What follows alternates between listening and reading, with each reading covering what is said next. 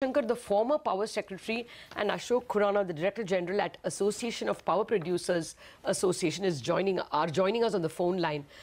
Good morning, gentlemen. Mr. Shankar, what have you made of this complex of statements? What should we expect by way of policy changes? In terms of breaking up the coal companies to have independent companies, and to have competition, basically in terms of pricing. That's what I see here. You know, there was a time when one was talking about a coal regulator with the view that the pricing of coal by the public sector companies wasn't very transparent. No, but now we have e-auctions as well. You know, coal linkage is being auctioned, coal blocks have been auctioned. Is not that market enough? Coal blocks are separate. You know, you are taking it's not a coal price. Yes. You take coal blocks separately. There are two ways of getting coal. One is through coal blocks, which you independently bid for and get. The other, you get coal from CIL and other companies. So when you get coal from CIL and other companies, in the normal course, a person who has a linkage, he gets coal from these companies. The way it is priced, you don't know how the price is worked out. That's why at one time there was a thought of setting up a coal regulator who look at what is the price of coal that they should charge, what is the kind of margin that they should be allowed, and so on. Anyway, that did not work. And now if there is going to be a competition among companies to sell coal, and then that will help. In every other sphere of the power sector, you have competition. Tariff, you have to compete to offer the lowest tariff. If the same kind of thing is going to work in breaking up coal companies, and different coal companies will compete with each other to give a low coal price. Sure. That will definitely be great for the sector. Okay, I'll come back to you about the pricing. I want to get Mr. Ashok Khurana into the conversation as well. Mr. Khurana, good morning. You know, the talk of breaking up of Coal India is something that Prime Minister Modi had discussed even before he came into office.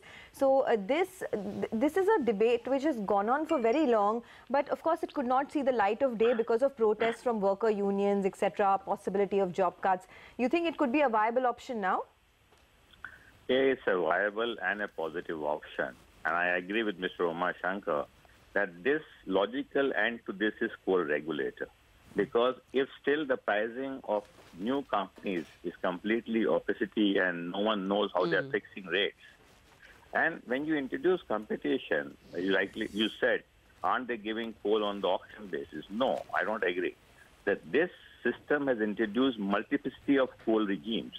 As on today, all public sector and the state units are being given coal on nomination basis. And there it is cost plus.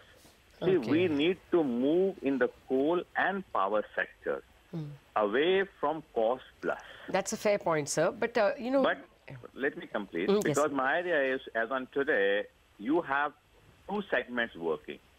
One, and the dominated sector is public sector and state sector. They all are on cost plus. Till date today, no central generating stations have taken part in a bidding either for coal or for power. So you can't have uneven level. You don't have a level playing field. That point is taken, sir. One hopes that something will come out of breaking up of Coal India and market price for coal rather than a regulated or a company set price. But the other point that the Niti Aayog seems to be intending is lack of a level playing field between gas and oil due to higher taxation and some solution for stranded gas-based projects. That looks like a very long shot at this point in time. Do you think that could be speeded up? Is that how would you react to it, Mr. Khurana? So my idea is we only have 25,000 megawatt of gas, and if we are able to get the renewables on board as planned, even 100 gigawatt, you need the entire gas-based plants for grid balancing. And you can reduce the prices by taxes, but the grid balancing cost is socialized to everyone. because of intermittency and variability of the renewables. You need that at least 10 to 12% lying with the load dispatch center and to manage this variability. And so, the gas is the optimal source of grid balancing. Okay. Gas and the storage of hydro. We do not have much hydro storage. So, and the gas plants are lying standard is the best option. But that will be required 2-3 years down the line when to time being, I think we need to bring down taxation and continue with the old scheme, which is started with ERLNG scheme, where at least the plants can meet their interest and the variable cost. Their capex do not become very high. Okay. Mr. Umashankar, anything that can be done quickly? All this looks like long term. I do not. For instance, you look at, you talked about splitting up the coal companies. That is going to take time. It's not going to be worked out even in a year's time. I think it's a very good thought, but it will take a while to get this going. The point that Mr. Khurana had mentioned, even if they are broken up, the linkage price will be the price that is determined by the company.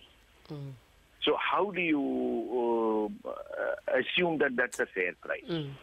That is a question that has been there for some time. If you go to take coal from e-auction, it's a marked up price. It is not that it is a price which finds its own level. It's a marked up price, and coal e-auction prices are much higher than the linkage price. So there is complete lack of transparency, I would say, in coal pricing. So, but like I said, it's going to take time. It's not going to work out overnight. And as far as gas is concerned, like Ashok had mentioned, it is extremely important for the renewable energy sector to have this ability to ramp up and down. At the same Shankar, time, gas prices, gas-based power price will also be higher. And distribution companies should be able to pay for that. That is an important question there. Okay, Mr. Shankar and Mr. Khurana, thank you for stopping by and discussing this with us. So by July, we'll have a national energy plan.